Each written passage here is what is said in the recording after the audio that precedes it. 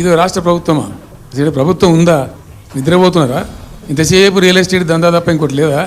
ఇల్టు భూములు ఎట్లా అమ్ముదాం, పల్టు భూములు ఎట్లా అమ్ముదాం, ఆ భూములు ఎట్లా దెబ్బ పెడదాం, ఇల్లు కమిషన్ కొడదాం, ఇది తప్ప రాష్ట్ర ప్రయోజనాలు, నీళ్లు, రైతులు, మనుషులు లేరా? ప్రాజెక్టులు ఎందుకు 2 నెలల నుంచి ₹1 పెట్టలే? ఎందుకు ఒక తట్టడి మట్టి తీయలే? ఎవరు నిరోధించిన మిమ్మల్ని? ఎవరు అడ్డుపడ్డారు? మీకు ఎవరు కట్టేసారు మీ కాలను? అటు పైసా పని చేయరు, నిష్క్రియాపరత్వంగా ఉంటారు. ఈ డిపిఆర్ పంపిస్తే సపోర్ట్ చేయరు. ఇలా చివరికి 45 చేయించడం రాస్తారు. అంటే ఏం కాబోతుంది? ఎవరో ఒత్తిడి ఉంది దీని వెనుక? ఏం కుట్ర దాగి ఉంది? ఇది 2 నెలల నుంచి నేను మౌనం పాటించి చూసుకుంటూ వస్తున్నాను. తప్పని పరిస్థితి నేను బయలుదేరినప్పుడు తప్పదు. అటు కేంద్రాన్ని ఎక్స్పోజ్ చేస్తాం, ఇటు రాష్ట్రాన్ని ఎండగడతాం ప్రజల మధ్యలో. ఖచ్చితంగా ఇలా మొత్తం విస్తారంగా మాట్లాడినాం, చర్చించినాం. చాలా పెద్ద ప్రజా ఉద్యమానికి శ్రీకారం చుడతాం.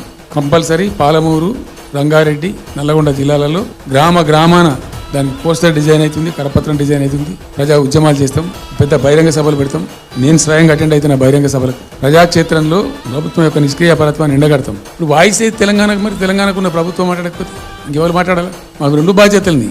ఒకటి తెలంగాణ తెచ్చిన పార్టీగా, రెండవది ప్రధాన ప్రతిపక్షంగా కూడా కంపల్సరీ మా డ్యూటీ మేము చేయాలి. అందుకోసం గాను వీళ్ళు ఏదో తమాషకు మేము అదొకటి అడ్డం పొడుగు మాట్లాడి, కిరికిరి మాటలు మాట్లాడి, కారు కూతలు పూసి ఏదో చేస్తామని కూడా నడవదిగా. ఏళ్ళ దాకా వేరే కథ, రేపటి నుంచి వేరే తోలు తీస్తాం. ఎక్కడికక్కడ ప్రజలు ఖచ్చితంగా ఎక్కడికక్కడ నిలబెట్టే ప్రయత్నం చేస్తాం. అడుగున చెక్ చేస్తాం, ప్రతి విషయంలో చెక్ చేస్తాం.